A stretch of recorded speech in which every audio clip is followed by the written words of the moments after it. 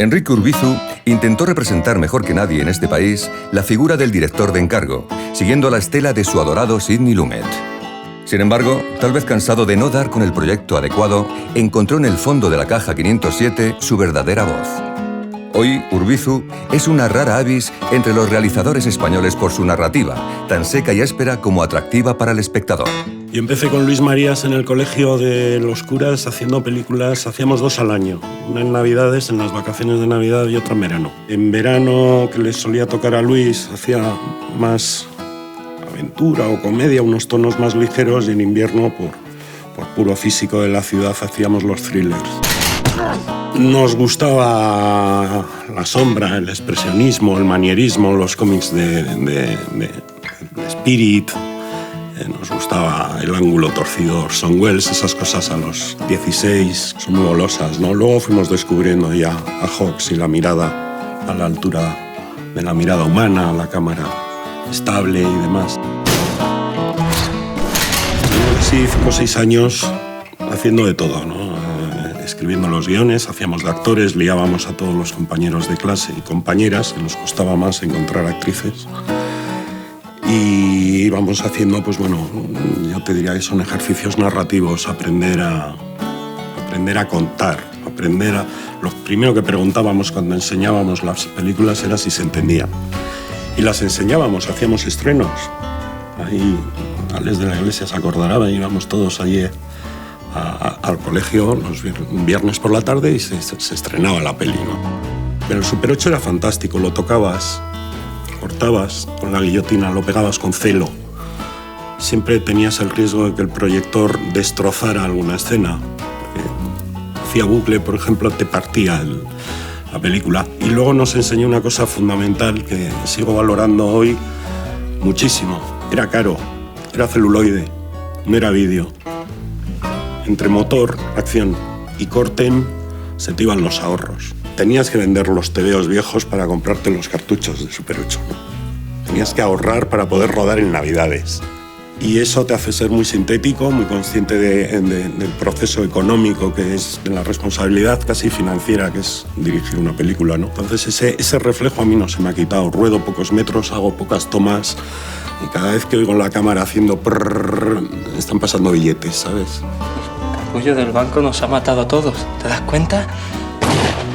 Hicimos un poco de todo, entre Tu novia está loca y Todo por la pasta, por ejemplo, fueron años los que el productor de Tu novia está loca y el director de Tu novia está loca, que era yo, y la montadora, todo el equipo, el guionista también, íbamos a cubrir bodas de la gente de Neguri. Y bueno, estaba bien.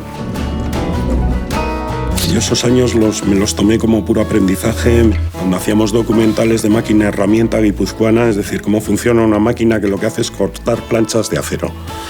Esa mecánica, esa didáctica, por así decirlo, a la que te obligaban este tipo de productos es muy útil para luego tener presente los mecanismos, el proceso de montaje, cómo va a ser la escena, por qué vas a meter un plano general y cuándo vas a meter un inserto. ¿Quién es usted? Yo soy el final de la historia. Me traslado a Madrid, dirijo a Carmen Maura, dirijo a unos actores y actrices estupendos, trabajo con técnicos de Madrid, Juan Amorós, Angelón, Alfredo Mayo. Es decir, me meto un poco en la industria y tal, pero el fracaso comercial de Cachito me hizo repensármelo todo y decir, esto de ser cineasta de encargo, que a mí es una cosa que me hubiera encantado continuar siendo, en España no es tan fácil como parece, sino al contrario. Te puedes estar cavando tu propia tumba, ¿no? Y bueno, tuve la suerte que por un lado me encargaron escribir, cosa que yo había rechazado hacer siempre, escribir guiones, y por otro lado dije, no vuelvo a ponerme detrás de una cámara hasta que no tenga algo realmente sólido y estimulante que contar. Pasan casi 7 años en los que solo hago una TV movie con Hocus Corbe de Pepe Carballo y que escribo La novena puerta y trabajo en otros guiones hasta que salió La caja 507, ¿no? Y luego La caja y La vida mancha salen prácticamente seguidas y han pasado 8 años hasta que he conseguido la financiación para hacer el siguiente largo. Estás perdiendo facultades. Esos son muñecos. oigo a veces, ¿no? De rodar, yo me lo paso bomba rodando, ¿no? Y ya me gustaría a mí, ya te digo, estar haciendo una película por año. Los cineastas que más admiro no se andaban con tantas leches, ¿no? Iban rodando, ves la filmografía de Raoul Walsh, tiene 4 obras maestras rodadas el mismo año, ¿no?